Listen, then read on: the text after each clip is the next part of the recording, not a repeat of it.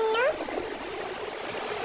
এই চলে আসছে আমার একটা দাদা, খালি ডিস্টার্ব করে। আমি যখনই কিছু খেতে নিই তখনই সেই খাবারের মধ্যে এসে ভাগ বসাতে নেয়।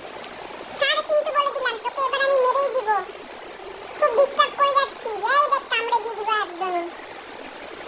একদম জ্বালাতন করবি না আমাকে, খুব জ্বালাচ্ছিস কিন্তু। আবারও বলছি, খাওয়ার সময় একদম ডিস্টার্ব করবি না। আমার কিন্তু এবার মাথাটা একদম গরম হয়ে যাবে। দেখো বেবিজরা,